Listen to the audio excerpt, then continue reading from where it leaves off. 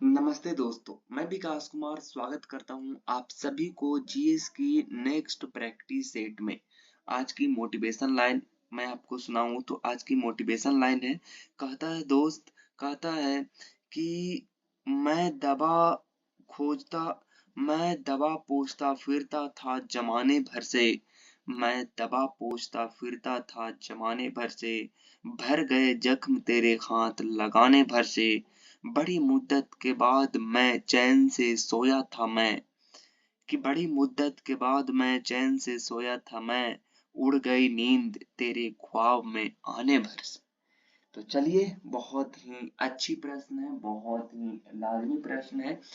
पहला number question है, कहता है कि पहला नंबर क्वेश्चन से पहले आपके पास है कि पंखीड़ा लोकगीत किस राज्य का गायन है। तो पंखीड़ा लोकगीत किस राज्य का गायन है जी। आप कहें किस राज्य का गायन है जी, तो वो है आपका राजस्थान की। कहाँ की है जी, तो वो आप कहेंगे कि ये जो है वो आपका राजस्थान की। इसको हम कैसे याद रखेंगे जी, आप कहेंगे इसको याद रखने के लिए बहुत ही सिंपल तरीका है। जैसे अगर मैं बात करूं कि पंखेड़ा, तो पंखेड़ा आप देख सकते हैं कि पंखेड़ा में आप देखिए कि ये जो है वो आपका पंख है, यानी कि पंख है। और पंख जो है वो यानी कि पंख मतलब पाकिस्तान, पाकिस्तान जो है वो उड़ता फिरता है, कभी इधर कभी उधर कभी उधर कभी उधर। लेकिन वो कहते हैं ना कि मैं दवा पूछता फिरता था जमाने भर से, भर गए जख्म तेरे हाथ लगाने भर से। बड़ी मुद्दत के बाद मैं चैन से सोया था मैं, उड़ गई नींद तेरे ख्वाब में आने भर से। तो यही बात है। उसके बाद सेकंड है कि इंडिया एट रिस्क किसकी पुस्तक है। तो इंडिया एट रिस्क की पुस्तक जो है वो आपका जश जयवंत सिंह की है। किसकी है जी, आप कहेंगे जसवंत सिंह की है। संथाल विद्रोह किस वर्ष हुआ था, तो संथाल विद्रोह, संथाल के बारे में आप लोग जानते होंगे, जो संथाल ट्राइब होते हैं उसको है। तो संथाल ट्राइब 1855 में हुआ था। 1855 से आपका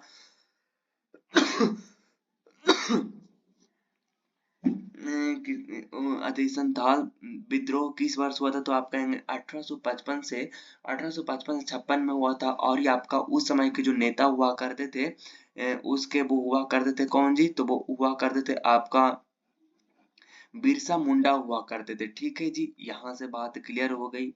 आप कहेंगे बिल्कुल हो गई जी। चलिए, अगर मैं बात करता हूँ आपकी, और भी आगे मैं बात करता हूँ, तो और भी आगे मैं बात करता हूँ दोस्त, आगे भी बात करता हूँ। तो पहला नंबर आज की ये पहला नंबर प्रश्न है, वो कहता है कि पंडित भीमसेन जोशी किस घराने के सबसे लोकप्रिय कलाकार बने। देखिए, अगर मैं बात करता हूँ कि आपका जो पंडित भीमसेन जो था वो आपका किस घराने से था जी। आप कहेंगे पंडित भीमसेन जो था वो आपका किराने के घराने से थे। कहाँ से जी, आप कहेंगे ये जो थे पंडित भीमसेन जो थे वो आपका किराने के घराने से थे। तो ये आपका किराने घराने से हो जाएगा। ठीक है जी। चलिए, यहाँ से तो हमारे ये बात क्लियर हो गई। लेकिन अगर मैं पूछता हूँ आपसे कि ये जो है वो पंडित भीमसेन जो है, इनको पंडित भीमसेन को भारत रत्न कब मिला था, तो भारत रत्न इनको मिला था 2008 में। कब मिला था, पंडित भीमसेन को 2008 में मिला था। और पद्म विभूषण, यानी कि पद्म भूषण जो मिला था वो पंडित भीमसेन को वो 1975 में मिला था। कब मिला था, 1975 में मिला था। अच्छा, उसके बाद अगर मैं बात करूं तो आप इधर देखिए कि अगर मैं पंडित भीमसेन की आगे मैं चर्चा करता हूँ, तो पंडित भीमसेन जो था उनको जो है वो किराना किराना घराना से संबंधित है। किराना घराना से कौन कौन थे, किराना घराना से जो किराना की दुकान दे रहा था वो कौन सी था जी, वो गूंगा था। कौन था जी, गूंगा था। तो गंगू भाई हंगल था, जिनको भारत ने पद्म विभूषण 2002 में दिया था। अच्छा, आपका इन किराना घराना के संस्थापक कौन थे, तो वो आपका थे अब्दुल करीम खां थे। कौन थे, अब्दुल करीम। अब्दुल करीम से याद रखिएगा, करीम यानी कि किराना, किराना के घराने में अब्दुल करीम रहते थे। अच्छा, आपका किराना घराना से और संबंधित है आपका वाहिद खान संबंधित है। वाहिद खान यानी कि किराना में रहने वाला भी बहरा भी था और गूंगा भी था। अच्छा, वो बहरा था, गूंगा था, लेकिन माइंड से वो बहुत ज्यादा तेज था, इसलिए नाम को रोशन करता था। आगरा बेगम, रोशन करता था और आगरा में बेगम को लेकर के चल गया। बेगम को लेकर चले गए, जिससे बाकी भी लोगों पर क्या बढ़ गया, प्रभाव पड़ गया, यानी कि प्रभाव अतरा। और आपका जो बलदेव सिंह ऐसा नहीं बोलता है कि बैल भी उसके पास था, तभी तो किराना के मकान में इतना रहने के बावजूद भी, गूंगा बहरा रहने के बाद भी उसने नाम को रोशन किया, प्रभाव छोड़ा। और बलदेव सिंह यानी कि बल भी उसके पास था। समझे जी, इतनी बात समझ में आया, थम्स अप करके एक बार बताएंगे। चलिए, अगला नंबर प्रश्न कहता है कि अरविंद पारिख निम्नलिखित में से किस संगीत वाद्य यंत्र से संबंधित है। तो अरविंद पारिख निम्नलिखित में से किस वाद्य यंत्र से संबंधित थे जी। आप कहेंगे वो जो थे वो अरविंद पारिख, यानी कि पार करते करते वो क्या करते थे, लोगों को भुला लेते थे और बांसुरी यानी कि सितार बजाया करते थे।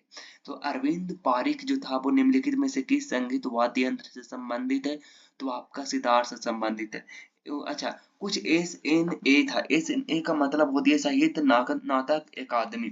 तो साहित्य नाटक अकादमी जो है, आप कहेंगे दोस्त कि साहित्य नाटक अकादमी जो है वो 2023 में किसको सबसे टॉप नंबर पर आती है जी। आप कहेंगे साहित्य नाटक अकादमी जो मिला था, यानी कि साहित्य नाटक अकादमी 2013 की जो चर्चित व्यक्ति थे, किस वाद्य यंत्र से संबंधित था उनका। तो आप कहेंगे जो 2023 के साहित्य नाटक अकादमी पुरस्कार जो था वो आपका दिया गया था हरबिंद कुमार शर्मा, सितार से इनका संबंध है, किसके से, हरबिंद, यानी कि हरबिंद कुमार शर्मा जो है वो आपका सितार से संबंधित है। और इनको 2030 में आपका साहित्य अकादमी अवार्ड दिया गया था। आपका मोइनुद्दीन खान सारंगी से संबंध है इनका। उसके बाद में आपका और कौन है जी, आप कहेंगे इसके बाद और भी है, आप कहेंगे और भी, और कौन नाम है जी। आप कहेंगे कि मोइनुद्दीन खान हो गया।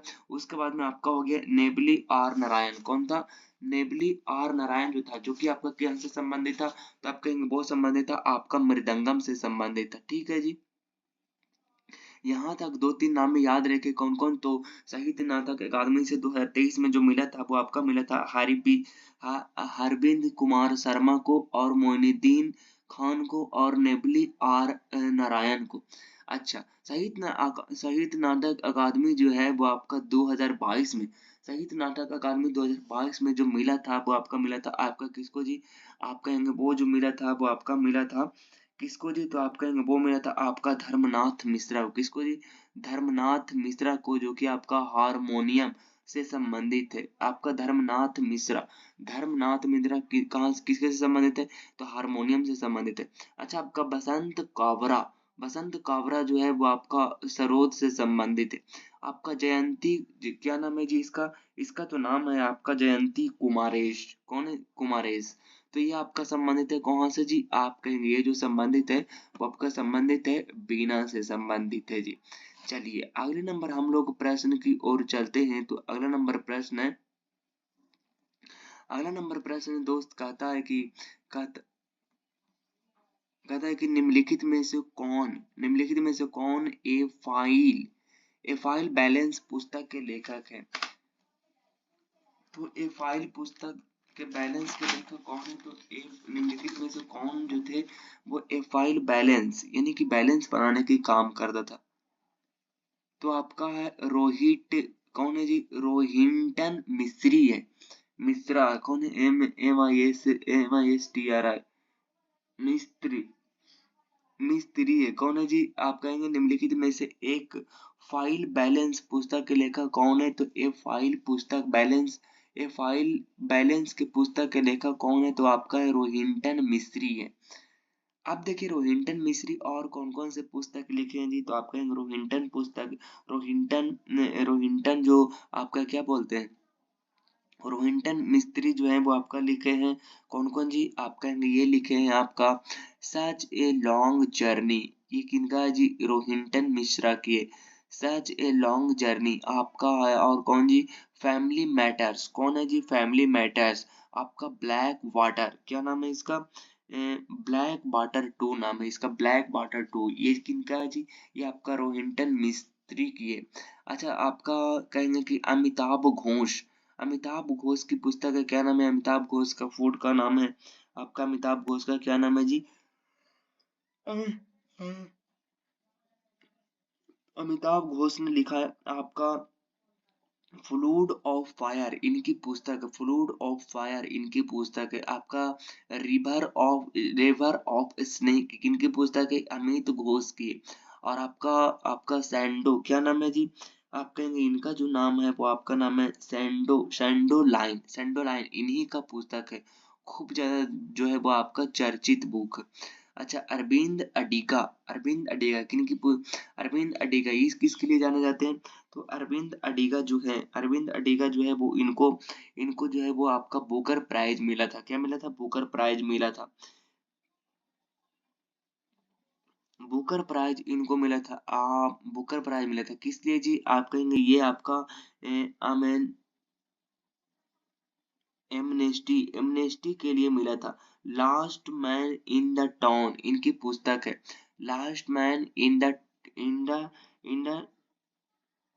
टावर टावर के लिए इनको जो है वो आपका क्या मिला था? अवार्ड मिला था। कौन? बुकर प्राइज इनको मिला गया था। चलिए, यहाँ से हो गया जी सब कुछ, यहाँ से हम लोगों ने पढ़ लिया।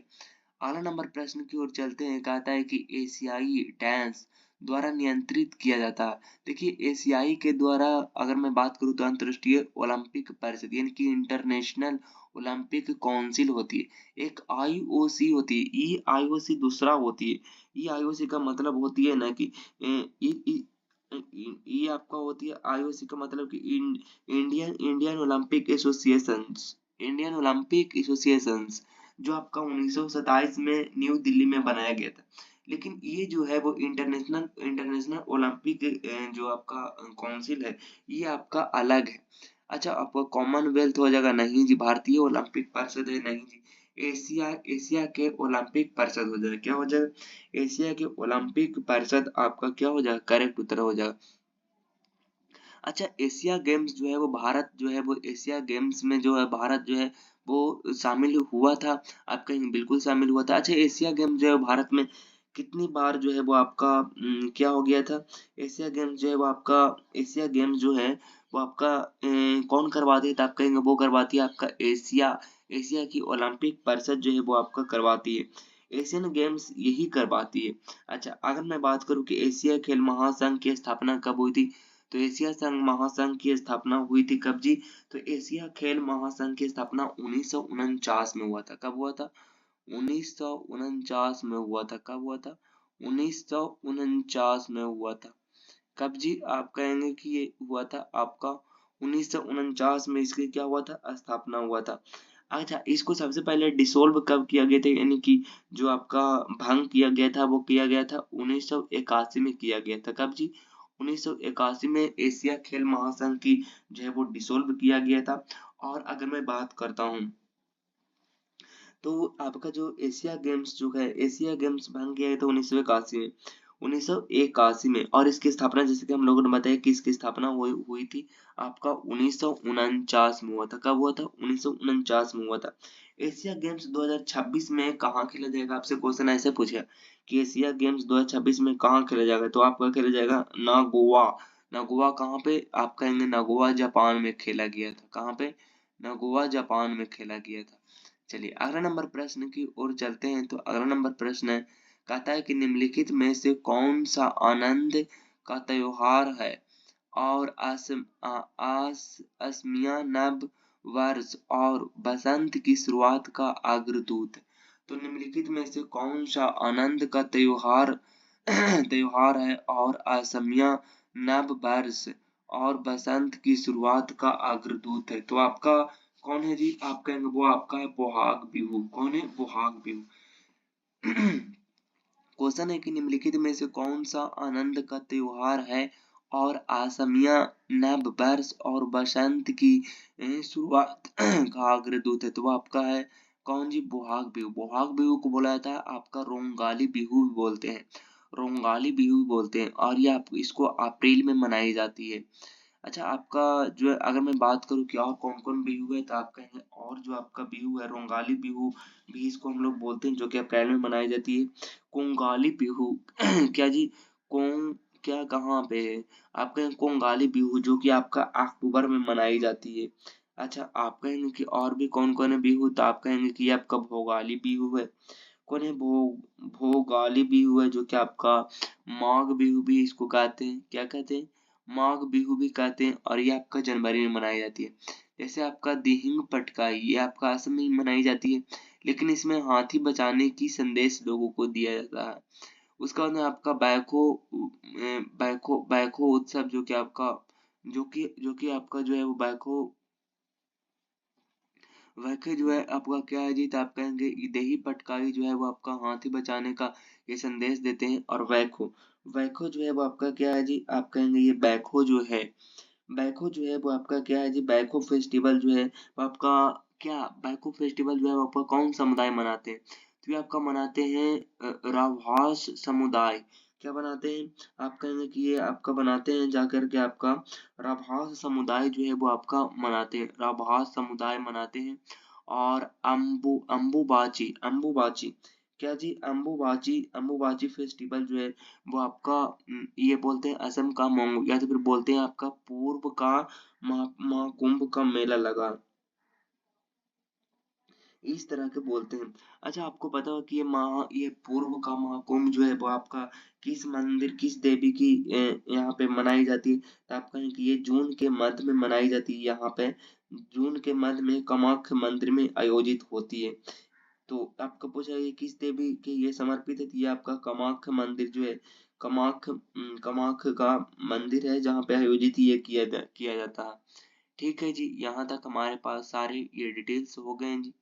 चलिए अगले नंबर हम प्रश्न की ओर चलते हैं। तो अगला नंबर प्रश्न है, कहता है दोस्त की सरोदी कौन जी? आप कहेंगे सरोदी सैकिया एक भारतीय शास्त्रीय नृत्यांगना है जो डैश नृत्य शैली के लिए जानी जाती है।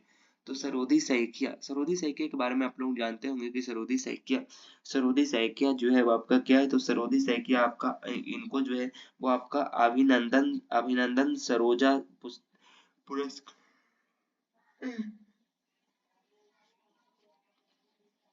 आप कहेंगे इसको जो है वो आपका अभिनंदन सरोजा पुरस्कार इनको मिला है। आप कहेंगे कि आपका सरोदी सैकिया की अगर मैं बात करता हूँ, तो इनका जो शास्त्रीय नृत्यांग है वो आपका है सत्रिया नृत्य। और सत्रिया नृत्य जो है वो सत्रिया नृत्य से जुड़ा हुआ आपका है रंजू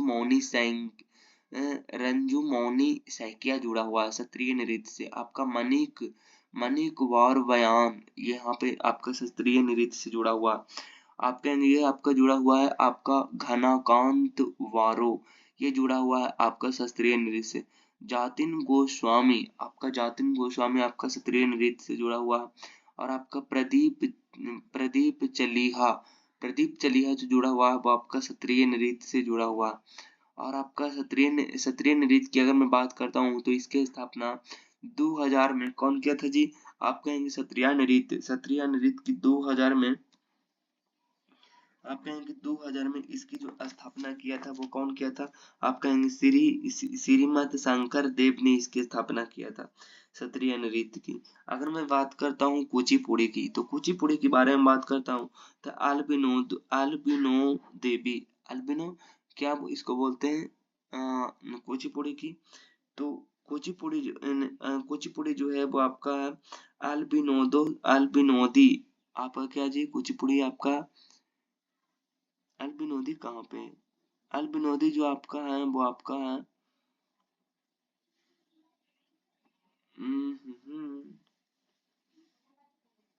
अल्बिनो अल्बिनो देवी अल्बिनो अल्बिनो अल्बिनो देवी आपका किससे जुड़ा हुआ है? ये मणिपुरी से जुड़ा हुआ। अल्बिनो देवी और आपका आखम लक्ष्मी देवी ये आपका जुड़ा हुआ है मणिपुर से जुड़ा हुआ। अच्छा, बी की बात करता हूँ, तो बी जो है वो आपका है कुचिपुड़ी।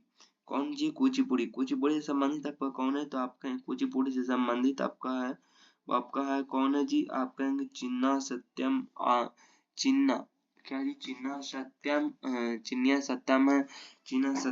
और आपका जो है वो आपका राधा रेड्डी है। कौन है जी? सत्यम है और आपका राधा रेड्डी है। इन जो है वो आपका इस तरह से जो है भाई ये ये किया गया था। आगे बात करते हैं तो यहाँ पे याद रखिए कि आपका कुचिपुड़ी से जुड़ा हुआ है भी चिन्ना सत्यम राधा रेड्डी जुड़ा हुआ, और आपका अल्बिनो देवी और आपका आखम लक्ष्मी देवी ये आपका जुड़ा हुआ है किससे, तो ये आपका जुड़ा हुआ आपका मणिपुरी नृत्य से जुड़ा हुआ। चलिए आगे हम लोग बात करते हैं तो अगला नंबर क्वेश्चन की ओर चलते हैं। तो अगला नंबर हमारे पास क्वेश्चन है, कहता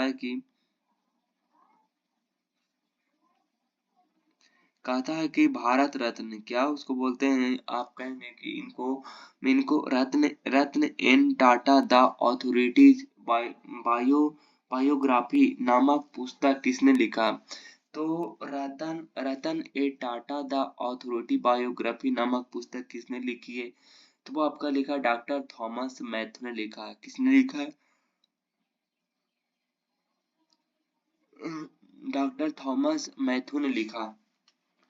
अगर मैं बात करता हूँ रतन टाटा की, तो रतन टाटा से कुछ जुड़ी हुई बात है। जैसे मैं बताऊं, रतन टाटा जो है वो आपका अध्यक्ष रहे थे टाटा ग्रुप के अध्यक्ष रहे थे। वो कब से कब तक रहे थे, तो टाटा ग्रुप के जो अध्यक्ष रहे थे वो आपका रहे थे 1991 से लेकर के 2002 तक आपका टाटा ग्रुप के अध्यक्ष रहे थे। कौन रहे थे, टाटा ग्रुप के जो है वो आपका अध्यक्ष रहे थे।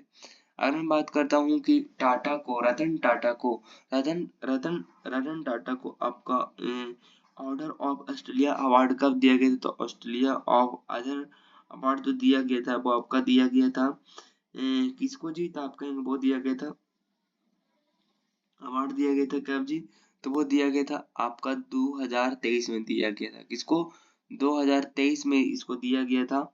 और इनको जो है वो आपका पद्म विभूषण 2008 में और पद्म विभूषण और पद्म भूषण भी दिया गया था आपका रतन रतन टाटा को। ये भी काफी ज्यादा चर्चित रहे हैं। उसके बाद आता है आपका मेलुहा के मेलुहा के मेलुहा के मृत्युज।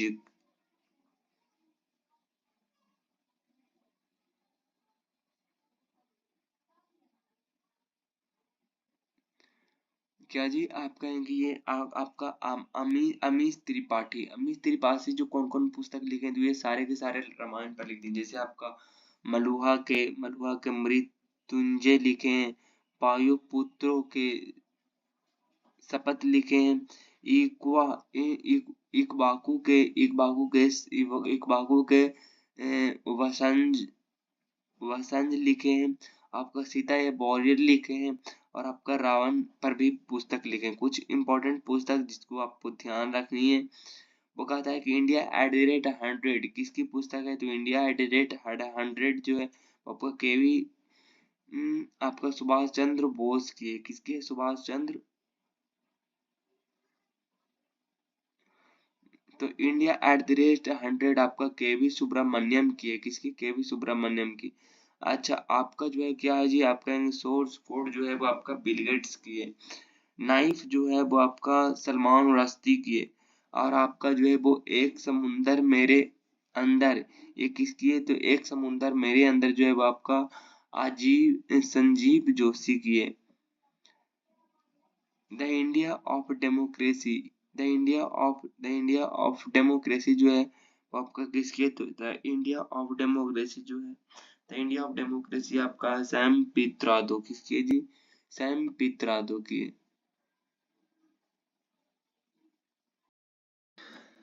अगला नंबर प्रश्न कहता है कि भारत में राष्ट्रीय आपातकाल कितनी बार घोषित किया गया। आपको पता होगा कि भारत में राष्ट्रीय आपातकाल की घोषणा जो किया गया है अभी तक किया गया है कितना बार जी, आप कहेंगे 3 बार। अच्छा राष्ट्रीय आपातकाल, आपको पता हो कि राष्ट्रीय आपातकाल जो है वो आर्टिकल 350 के तहत किया जाता है। 352 के तहत जो है वो आर्टिकल राष्ट्रीय आपातकाल की घोषणा किया जाता है। और ये घोषणा जो करते हैं वो कौन करते हैं, तो भारत में जो ये आपका राष्ट्रीय आपातकाल की घोषणा करते हैं वो आपका करते हैं भारत के राष्ट्रपति करते हैं। अच्छा राष्ट्रीय आपातकाल जब भारत में या कोई भी देश में लगाई जाती है तो क्या वो सदनों से पास किया जाता है, तो आप कहेंगे जी बिल्कुल, ये सदनों से पास किया जाता है। ये दोनों सदनों से पारित किया जाता है। और राष्ट्रीय आपातकाल जो लगती है, राष्ट्रीय आपातकाल जो लगती है वो एक विशेष बहुमत से लगती है। यानी कि विशेष बहुमत कहे तो आप कहेंगे विशेष बहुमत यानी कि आपका 2 बटे के आपका जो है क्या वो 2 बटे के आपका जो है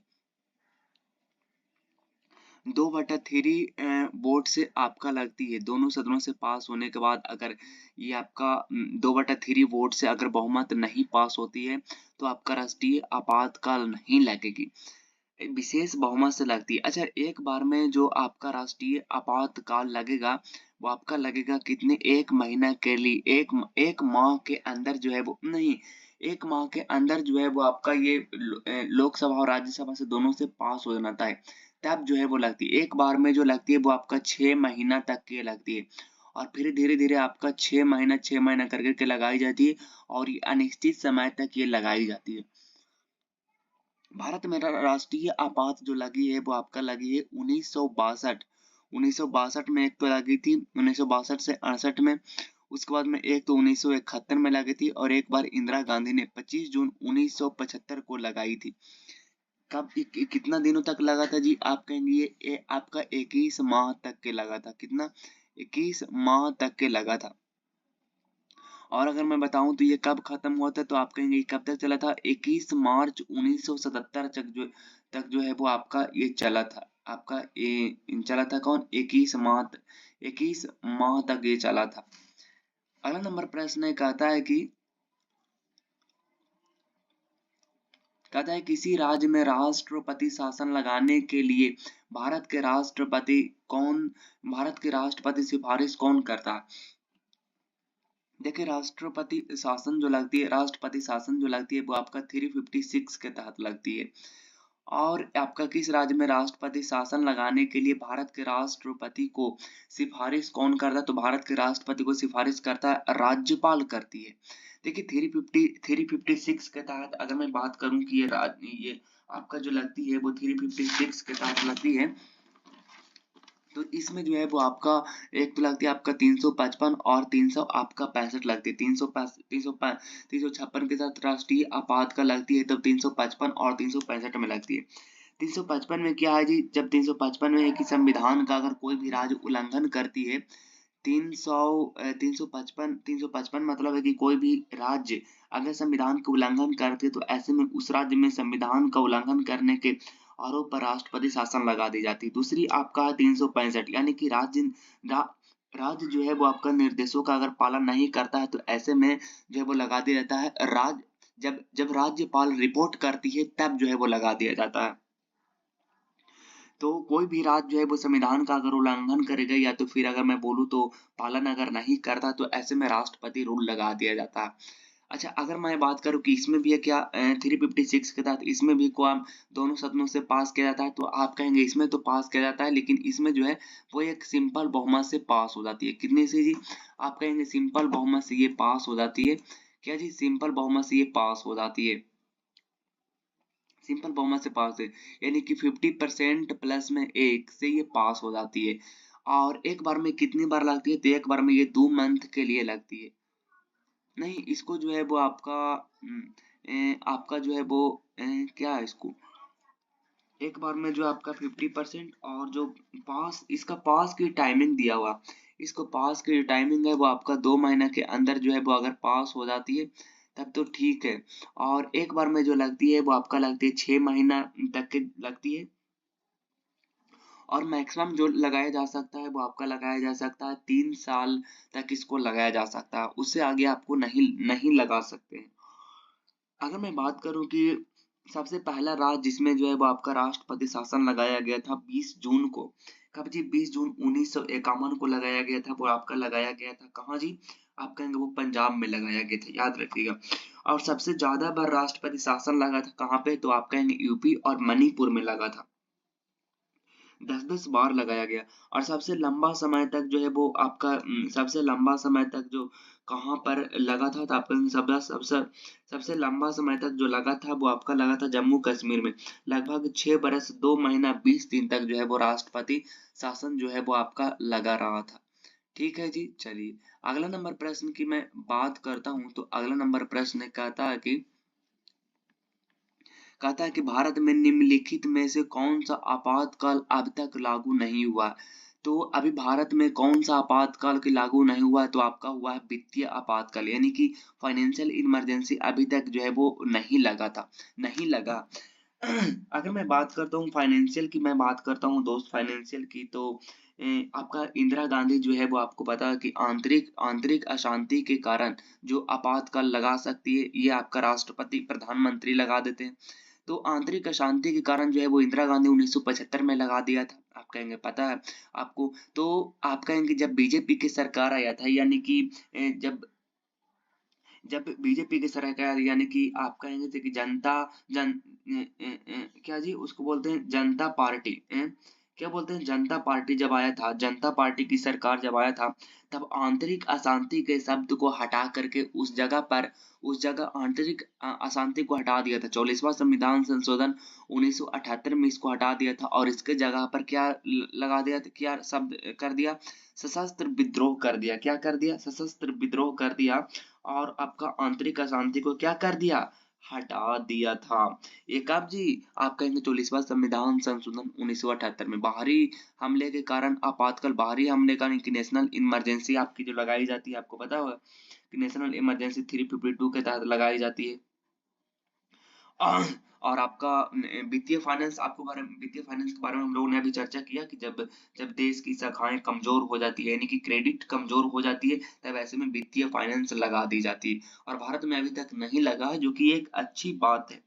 अच्छा, अगर मैं बात करता हूँ कि अगर मैं बात करता हूँ कि नेशनल इमरजेंसी जो लगाई जाती है, इनसे हम लोगों ने चर्चा किया कि नेशनल इमरजेंसी लगाई जाती है 352 के तहत। ठीक है जी, चलिए अगले नंबर प्रश्न की ओर चलते हैं। तो अगला नंबर प्रश्न हमारे पास से कहता है दोस्त, कहता है कि भारत राष्ट्रीय कांग्रेस के हरिपुरा अधिवेशन की अध्यक्षता द्वारा की गई थी। भारतीय राष्ट्रीय कांग्रेस के हरिपुरा अधिवेशन की अध्यक्षता, अधिवेशन की अध्यक्षता डैश द्वारा की गई थी। एसी मजूमदार, मोतीलाल नेहरू, सुभाष चंद्र बोस। जी बिल्कुल, भारतीय राष्ट्रीय कांग्रेस के हरिपुरा अधि अधिवेशन की अध्यक्षता जो है वो आपका डैश द्वारा की गई थी। तो आपका किया गया था सुभाष चंद्र बोस की। एसी मजूमदार के बारे में आप लोगों ने जानते होंगे। एसी मजूमदार 1916 से रिलेटेड है, जिसमें आपका गरम दल और नरम दल अब मुस्लिम लीग के एकीकरण में ये बहुत ज्यादा एकीकरण के लिए भूमिका निभाई थी एज एसी मजूमदार। उसके बाद मोतीलाल नेहरू को आपने जानते होंगे, ये जवाहरलाल नेहरू के ये पिताजी हैं, यानी कि पापा हैं ये मोतीलाल नेहरू जी। सुभाष चंद्र बोस के बारे में आपने जानते होंगे कि सुभाष चंद्र बोस जो हैं, वो सुभाष चंद्र बोस के बारे में पहले चर्चा करने से पहले इसको करते हैं कि अबुल कलाम आजाद के बारे में हम जानते होंगे कि ये आपका जो कांग्रेस के सबसे युवा प्रेसिडेंट, कांग्रेस के सबसे युवा प्रेसिडेंट ये बन गए थे। लेकिन इसको बाद में क्या कर दिए थे, 2023 में दिल्ली का अधिवेशन से ये जो है वो आपका युवा प्रेसिडेंट बनाया गया था। अगर मैं बात करता हूँ सुभाष चंद्र बोस की, तो मैं आपसे क्वेश्चन पूछता हूँ कि सुभाष चंद्र बोस जो है वो कितनी बार कांग्रेस के प्रेसिडेंट रहे थे जी? आप कहेंगे 2 बार रहे थे। कब कब रहे थे जी? एक तो रहे थे 1938 में रहे थे, और एक तो रहे थे 1939 में रहे थे। अगर मैं 1938 और 1939 की स्टोरी की अगर मैं बात करूं, तो 1938 में तो इनको जो है वो कांग्रेस के आप कहेंगे कांग्रेस के जो इनको जो हो कांग्रेस के अध्यक्ष इनको चुन लिया गया था, मतलब कि यहाँ पर तो इनको बना दिया गया था। तो यहाँ पे बना दिया गया, तो यहाँ पे जो है वो क्या किया गया था कि मतलब कि एक्शन ये कुछ अलग ले लिए थे। तो यहाँ पे जो है वो अगली बार जब चुनाव होने के लिए आया, तब जो है वो उसके बाद इनको हटा दिया गया। इनको बोला कि भाई हम तुमको नहीं बनाएंगे। क्यों बनाएंगे? नहीं बनाएंगे हम तुमको, तो इनको चुनने से मना कर दिया। और 1938 में जो इनको बनाया गया था, अब आपका बनाया गया था 1938 में जो यहाँ पे चुना गया था, कहाँ पे? हारीपुर में चुना गया था। हारीपुर, क्या उसको बोलते हैं? हरिपुरा में चुना गया था। हरिपुरा कहाँ पे है? तो आप कहीं गुजरात में है। और इनको जो है वो आपका हरिपुरा हरिपुरा में चुना गया था। और इनको जो है वो आपका चुना गया था 1938 अधिवेशन के तहत। 1900 1938 अधिवेशन के तहत जो है वो इनको क्या किया गया था? चुना गया था। 1938 अधिवेशन के तहत इसको चुना गया था। अगर मैं बात करता हूँ कि 1938 में तो ये एक बार बने थे। उसके बाद में 1938 के बाद जब अगला बार बनने की बारी आए, तो 1938 के बाद 1939 में बनने के आए। तो 1939 में इनको नहीं बनने दिया। तो इन्होंने सुभाष चंद्र बोस ने कहा कि भाई चुनाव होने चाहिए। तो चुनाव हुआ, तो इनके विपरीत में जो खिलाफ में खड़ा हुआ था, उनका खिलाफ जो खड़ा हुआ था कौन? आपका पटाभी सीताराम मैया खड़ा हुआ था। कौन हुआ था? पटाभी सीताराम मैया खड़ा हुआ थे। और यहाँ पे कांग्रेस से सबसे पहले क्या हो गया था? चुनाव हो गया था। कहाँ पे? त्रिपुरी में। कहाँ पे जी? आप कहेंगे त्रिपुरी में हो गया था।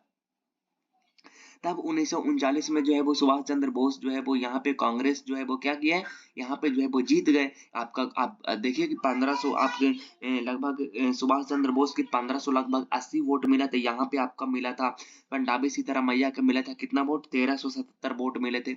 और पंडाबी सीताराम मैया की जो आपका साथ दे रहे थे वो कौन दे रहे थे? गांधी जी दे रहे थे। गांधी जी ये तक पंडाबी सीताराम मैया के बारे में कह दिए कि पट्टाभी सीताराम मैया की हार यानी मेरी हार होगी। फिर भी गांधी जी हार गए और सुभाष चंद्र बोस जीत गए। तो जो जो कांग्रेस के कार्यकर्ता थे, जो कर रहे थे वो काम करने से मना कर दिया। बोला कि भाई मैं काम तो नहीं इनके साथ करूंगा। तो सुभाष चंद्र बोस इस मामले में क्या किए? सुभाष चंद्र बोस जो है वो क्या कर दिए कि कांग्रेस के पार्टी जो है वो रिजाइन मार दिया, यानी कि छोड़ दिया। उसके बाद में यहाँ से चले गए और इनके जगह पर जो इनके जब ये छोड़ दिए तब अध्यक्ष कौन बनाया गया? तब उस समय जो अध्यक्ष बनाया गया था वो आपका बनाया था राजेंद्र प्रसाद को बनाया गया था। किसको जी? आप कहेंगे राजेंद्र प्रसाद को बनाया गया था। और सुभाष चंद्र बोस ने इसने छोड़ दिया। तब वहां पर ये जाकर के 1939 में कहाँ पे जी? 1939 में फॉरवर्ड ब्लॉक की स्थापना किया। कहो जी? फॉरवर्ड ब्लॉक जो है वो उसकी स्थापना किया। और वहां पर ये पंडाबी सीताराम मैया, आपको बता कि पंडाबी सीताराम मैया को फिर बाद में अध्यक्ष बनाया गया। कब? भारत जब आजाद हुआ था तब यानी कि 1948 में आपका जयपुर अधिवेशन के तहत इसको जो है वो बनाया गया था पट्टाभी सीताराम मैया की।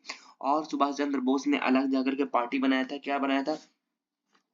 तो आपका फॉरवर्ड ब्लॉक के नाम से ये बनाया था। ठीक है जी, चलिए अगले नंबर हम लोग प्रश्न की ओर चलते हैं। तो अगला नंबर हमारे पास प्रश्न है, कहता है कि भारत सरकार अधिनियम 1935 के तहत प्रांतीय चुनाव पहली बार में आयोजित किए गए थे। तो भारत सरकार अधिनियम 1935 के तहत प्रांतीय चुनाव पहली बार डैश आयोजित किया गया था। तो कब किया गया था? 1937 में। आपको पता होगा कि आपका जो 1935 अधिनियम के तहत बर्मा को 1937 में भारत से अलग कर दिया था।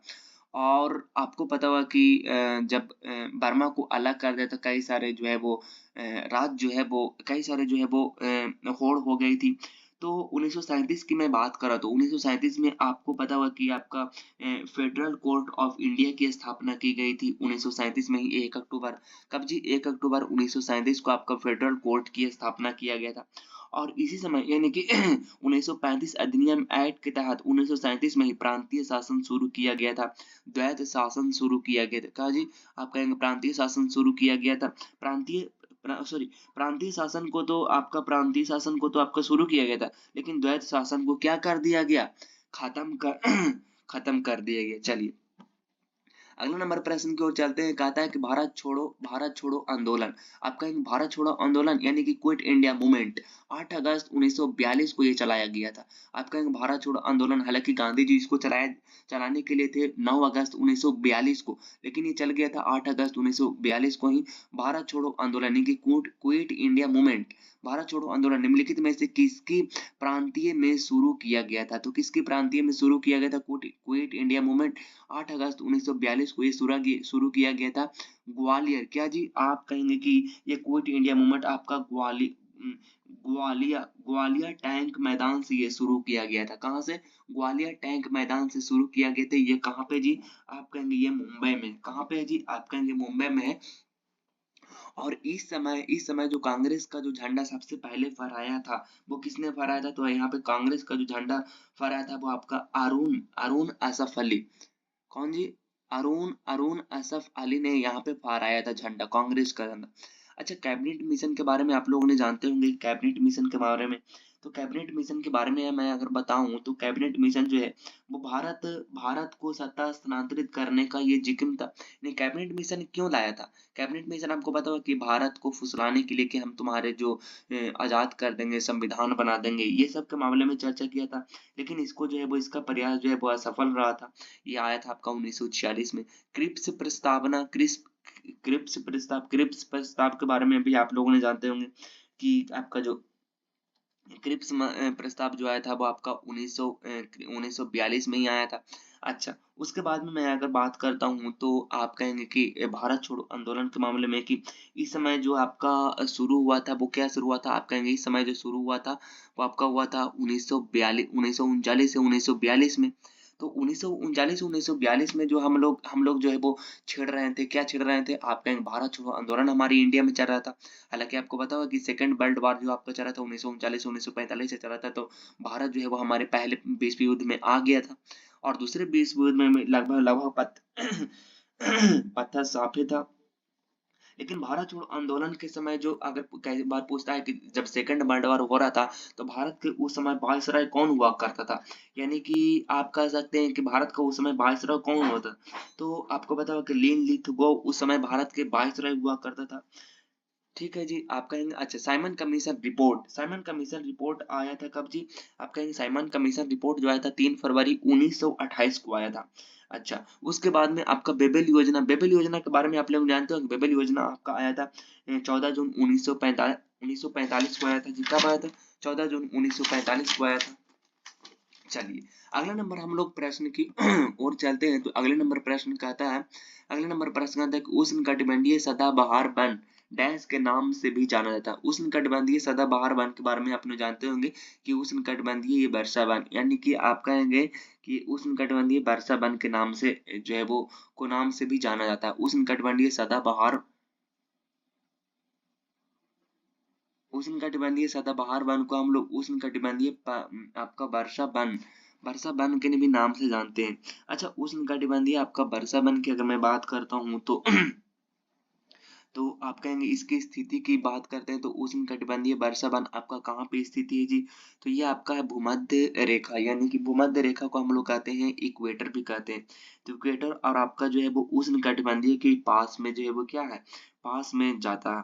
अच्छा, इसकी हाइट कितनी है? तो इसकी हाइट जो है वो आपका लगभग लगभग 60 मीटर है और इसका जो एरिया है, एरिया कहाँ पे है? तो एरिया जो है वो आपका अंडमान निकोबार और आपका जो अंडमान निकोबार और आपका वेस्टर्न घाट है। कहाँ पे? वेस्टर्न घाट और अंडमान निकोबार उष्णकटिबंधीय वर्षा वन है।